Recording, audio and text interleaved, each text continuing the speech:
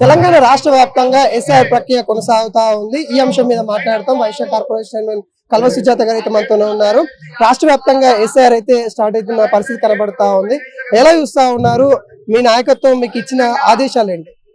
నాయకత్వము ఒక చోటనే కాదు, దేశం మొత్తం ఈరోజు ఎస్ఐఆర్ అనేది ఎస్ఐఆర్ అంటే జనరల్ గా అందరికీ ఒక 22 సంవత్సరాల తర్వాత జరుగుతున్నటువంటి ప్రక్రియలో భాగంగా అందరికీ ఇష్టమైనది. ఎందుకంటే తొలగిపోయిన ఓట్లని ఏదన్నా ఉంటే మనకు అన్ఫార్చునేట్లీ పోయిన ఓట్లు, మిస్సింగ్ ఓట్లు, లేకపోతే ఎవరైనా చనిపోయిన ఓట్లు, అన్నెసెసరీ పడి లేకపోతే ట్రాన్స్ఫర్ అయిన ఓట్లు రకరకాలుగా ఉంటాయి. పెళ్లిలైనటువంటి కొత్త కోడళ్ళకి అత్తగారిండ్లలో ఓట్లు లేకుండా తల్లిగారింట్లలో అక్కడి నుంచి ఓటు రిమూవ్ అయ్యి ఇట్లాంటిది అనేది ప్రక్రియ గతంలో 2002 కన్నా ముందు ఓ 20 సార్లు జరిగింది. కానీ 2002 నుంచి 4 వరకు జరిగిన ప్రక్రియ తరప ఇప్పుడు 24 సంవత్సరాల తర్వాత మళ్ళీ ఇప్పుడు జరుగుతోంది. కానీ దీని మీద వస్తున్నటువంటి బాధాకరమైనటువంటి విషయాలు ఏంటంటే, మొన్న జరిగినటువంటి బీహార్ ఎన్నికలే కానీ, పశ్చిమ బెంగాల్ ఎన్నికలే కానివ్వండి, తమిళనాడు ఎన్నికలే కానీ, ఇవన్నీ చూసుకున్నట్టయితే ఎస్ఐఆర్ అనేది ఒక భయాందోళనకు గురి చేస్తున్నటువంటి బీజేపీ ప్రభావితమైనటువంటి ఈసీ అనేదే చెప్పుకోవాల్సినటువంటి అవసరం ఉన్నది. ఎందుకంటే పశ్చిమ బెంగాల్లో 95 లక్షల ఓటర్లని, బీహార్లో 65 లక్షల ఓటర్లని, ఇంకా రకరకాలుగా 3 రాష్ట్రాలలో ముఖ్యమంత్రులు ఓడిపోవడం అనేది నిజంగా ఒక ఆందోళనకు గురి చేసినటువంటి విషయం. అందుకనే మేము ఇక్కడ తెలంగాణలో నాకు ఈరోజు సికింద్రాబాదు కంటోన్మెంట్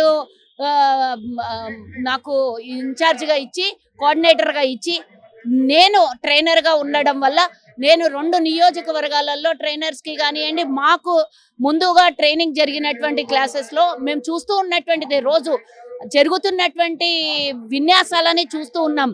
కానీ ఇంత పెద్ద ఉపద్రవాన్ని తట్టుకోవాలంటే మనం 2.5 సంవత్సరాలు ఉన్నాయి. హైదరాబాద్లో ఎన్నికలు, త్వరలో మున్సిపల్ ఎన్నికలు రాబోతున్నాయి. కాబట్టి దీనికి అప్రమత్తమయ్యి ఎవరివైతే ఓట్లను తొలగించాలని ప్రతి ఒక్కటి వాళ్ళు బీజేపీ వాళ్ళు కంకణం కట్టుకున్నారు. ఏదైతే సెక్యులర్ ఓట్లు, బలహీన బడుగు వర్గాలు లేదా ఎక్కడైనా నుంచైనా వచ్చి ఇక్కడ నివాసం ఉంటున్నటువంటి వాళ్ళు చాలా మంది ఇట్లాంటి వాళ్ళ మీదనే టార్గెట్ చేస్తారు. మాస్ ఓట్ల మీద టార్గెట్ చేస్తారు, సెక్యులర్ ఓట్ల మీద టార్గెట్ చేస్తారు, మైనారిటీ ఓట్ల మీద టార్గెట్ చేస్తారు. కాబట్టి ప్రతి ఒక్కరు కూడా మేమెవరు కూడా అన్యాయంగా ఇంకొకరు కొత్త దొంగ ఓట్లు ఉండాలని ఎవరు కూడా అనుకోము.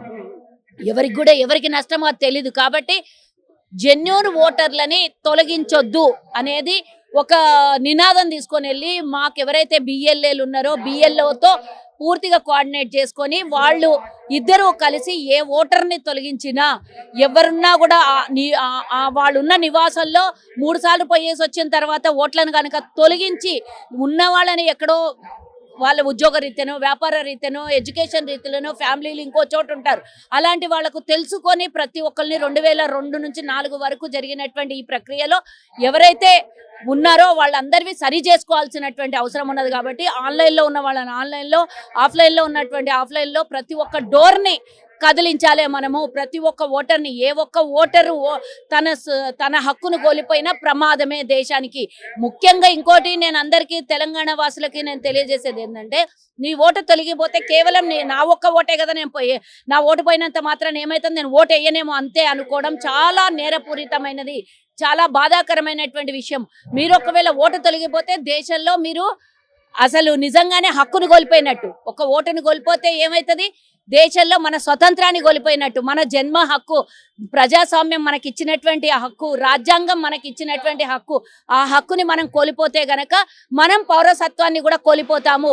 పథకాలు ప్రభుత్వం ఏదైతే చిన్న మధ్యతరగతి పేద ప్రజలు ఉంటారో వాళ్ళు ప్రభుత్వం నుంచి తీసుకునేటటువంటి పథకాలలో లబ్ధి పొందే అవకాశం కూడా కోల్పోతారు. కేవలం ఓటు హక్కునే కాదు, మీ హక్కుని కూడా కోల్పోతారు అనే విషయాన్ని ప్రతి డోర్ దగ్గరికి వెళ్ళి మా బిఎల్ఏలు చెప్పాల్సిందిగా, వివరణ ఇవ్వాల్సిందిగా, ఏ ఒక్క ఓటర్ని కూడా జెన్యూన్ ఓటర్లని తొలగించొద్దు అనేది మేము నినాదం తీసుకొని వెళ్ళినాము. అందరికీ కూడా అప్రమత్తం చేస్తున్నాము, మంచిగా ట్రైనింగ్ ఇస్తున్నాము. ఈరోజు బిఎల్ఏలే ముఖ్యమంత్రులు అనుకుందాం, బిఎల్ఏలే ఇన్ఛార్జీలు అనుకుందాం, బిఎల్ఏలే ఆ బూత్కి వాళ్లే రాజులు. ఎందుకంటే వాళ్ళు ఈరోజు ఏం చేస్తే రేపు పొద్దున జరగబోయే ఎన్నికలలో అదే ప్రభావితం చూపబోతుంది. కాబట్టి కరుడుగట్టిన కాంగ్రెస్ కార్యకర్తలు, అందులో ముఖ్యంగా ఆ బూత్ లో ప్రతి ఒక్క ఓటర్ ని గుర్తుపట్టే వాళ్ళు ఉండి ఉంటేనే ఇది సక్రమంగా జరుగుతుందనే ఉద్దేశంతో ఏరి కోరి ఆచి తూచి అక్కడ ఉన్నటువంటి ఇన్ఛార్జ్లే కానీ ఎమ్మెల్యేలే కానీ డీసీసీ కానివ్వండి మేము పూర్తి ప్రక్రియను చేసి బిఎల్ఎల్ని నియమించడం జరిగింది. రేపు మొన్న జరిగినటువంటి 4-5 రాష్ట్రాలలో జరిగినటువంటి అన్యాయం తెలంగాణలో జరగకుండా ఉండాలి అంటే సక్రమమైనటువంటి ఎస్ఐఆర్ ప్రక్రియని మేము చెయ్యాలి అనే ఆలోచనతో ముందుకు పోతున్నాము. అంతేకాకుండా మేము ఎన్ని పథకాలు ఇచ్చినా కూడా ఓట్లను తొలగిస్తే ఇక్కడ వాళ్ళ టార్గెట్ 60 లక్షల ఓటర్లను తొలగియాలి, 80 లక్షల ఓటర్లను తొలగియాలని బీజేపీ వాళ్ళు టార్గెట్ పెట్టుకున్నారు. చచ్చిపోయిన ఓటర్లను తీసేస్తే పర్వాలేదు, డబల్ ఓటర్లని తీసేస్తే పర్వాలేదు, దొంగ ఓటర్లని తీసేస్తే పర్వాలేదు, కానీ జెన్యూన్ ఓటర్లను బతుకున్నోళ్ళను లేదా ఎన్ఆర్ఐస్ని లేదా ఇంకొకళ్ళని వాళ్ళు వచ్చి ఓటేయాలనుకుంటే కూడా బూతులు మార్చేసి వాళ్ళని ఇబ్బంది పెట్టే ఇట్లాంటి ఓట్లను చెయ్యొద్దు అనే ఉద్దేశంతో మేము ఫుల్ ఫ్లెడ్జ్గా బిఎల్ఏలకు ట్రైనింగ్ ఇవ్వడం జరిగింది. నా ఉద్దేశం ఏంటంటే ఇంకా 2.5 సంవత్సరాలు కొత్త ఓటర్లు జాయిన్ అవ్వడానికి ఎన్నికలకు 15 రోజుల ముందు వరకు జాయిన్ అవ్వచ్చు. కానీ 2002 నుంచి ఇప్పటి వరకు ఉన్నటువంటి ప్రక్రియలో ఎవరైతే ఓటర్ భాగస్వాములు ఉన్నారో వాళ్ళందరూ కూడా ఆన్లైన్లో చెక్ చేసుకోండి. ఆఫ్లైన్లో ఇంటికి వచ్చినప్పుడు బిఎల్ఏలు వచ్చినప్పుడు మీ ఓటుని సరిదిద్దుకోండి. లేదు అంటే రాబోయే కాలంలో మనకు చాలా అనర్థం జరుగుతుంది. ఇప్పుడు తొలగిపోయిందంటే మళ్ళీ యాడ్ చేయడానికి ఎట్టి పరిస్థితుల్లో ఉండదు. ఈ నెల రోజులు ఈ రోజు నుంచి 25వ తారీఖు ఈ రోజు ఇక్కడి నుంచి ఈ రోజు మొదలయ్యేటటువంటి ప్రక్రియలో మీరందరూ తెలంగాణ పౌరులందరూ భాగస్వామ్యం కావాలని నేను కోరుకుంటున్నా. దేశ విదేశాలలో కానివ్వండి, ఇంకా ఏ రాష్ట్రాల్లో ఉన్నా కానివ్వండి, మీ ఉపాధి కోసం ఇంకెక్కడన్నా పోయినా కూడా మీరందరూ మీ ఓటుని చదువు రాకున్నా చదువు వచ్చిన ప్రతి ఒక్కరు కూడా భాగస్వాములు కావాలని కోరుకుంటున్నారు. టార్గెట్ తెలంగాణని బీజేపీ అంటుంది, కాషాయం జెండా ఎగురుతుంది. ఏ టార్గెట్ చేసినా దొంగ ఓట్ల టార్గెట్ తప్పించి జెన్యున్ గా వాళ్ళకి ఇప్పుడు దేశం మీద మొత్తం మీద వ్యతిరేకత ఉన్నది. వాళ్ళు పశ్చిమ బెంగాల్లో గెలిచిన తీరు చూసినాం, మనం ఓడగొట్టిన తీరును చూసినాం, అవన్నీ జెన్యున్ కాదు. కాబట్టి వాళ్ళు ఏ టార్గెట్ పెట్టుకున్నా మా బిఎల్ఏలు అప్రమత్తంగా ఉండి ఓటర్లందరూ కూడా వాళ్ళ ఓటుని నమోదు చేసుకుంటారు. అన్ని చోట్ల ఎగరాలనుకుంటారు, అన్ని చోట్ల కషాయోలు ఎగరాలనుకుంటారు. ఆ కషాయోలకు అవకాశం ఇచ్చేస్తే తెలంగాణ ఉనికిని మరోసారి పోగొట్టుకున్నట్టే అవుతుంది. ఎందుకంటే కర్ణాటక ఎంపీ మాట్లాడినప్పుడు తెలంగాణని పాకిస్తాన్తో పోల్చిన వాళ్ళు పాకిస్తాన్ వాళ్ళతో మీకేం పని, కమ్యూనిస్ట్ రహిత దేశాన్ని చేసిన ఇప్పుడు కాంగ్రెస్ రహిత దేశాన్ని కూడా చేయబోతున్నాను అన్ని అట్లా అనుకుంటారు. వాళ్ళు అనుకునే అయితే భూమి ఉన్నంత వరకు కాంగ్రెస్ లేకుండా చెయ్యాలనుకోవడం వాళ్ళ కల్లా.